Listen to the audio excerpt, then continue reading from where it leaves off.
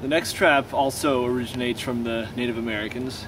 It's called a Paiute Deadfall, and it's pretty much like the figure four, just it has a little string in it. So if you have like some string, like a drawstring from a coat or a bag or something, then you can make this.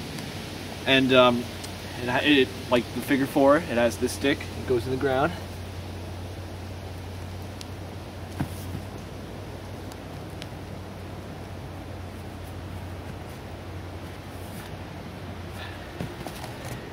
Then has this pointed end on the top. Then, like the Deadfall, it has this top piece that goes on top, but this, it has this piece of stick tied to a string that's tied to this end, and this just goes around and back under the string like that. But that's after you put the rock on.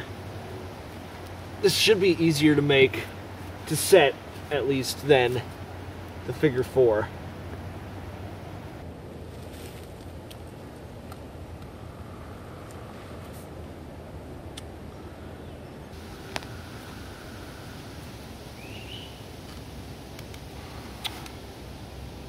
This little stick with the string wraps around like this. Hopefully keeping. And then holding it right here keeps the string tight. And the rock stays up.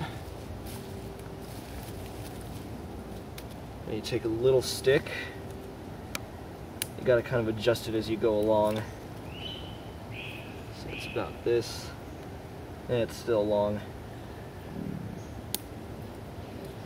Because the thing is that this little stick used to be held by friction from the rock and this little stick.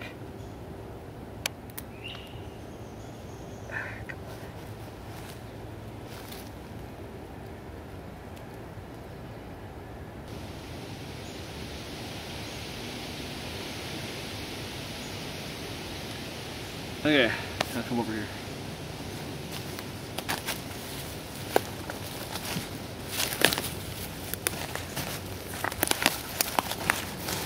Now see, here's a little hinge, and this stick right here is being held up by friction between the rock and this little stick.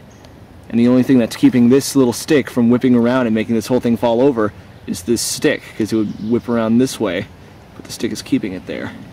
So it's all staying all together. And then this little stick holds the bait.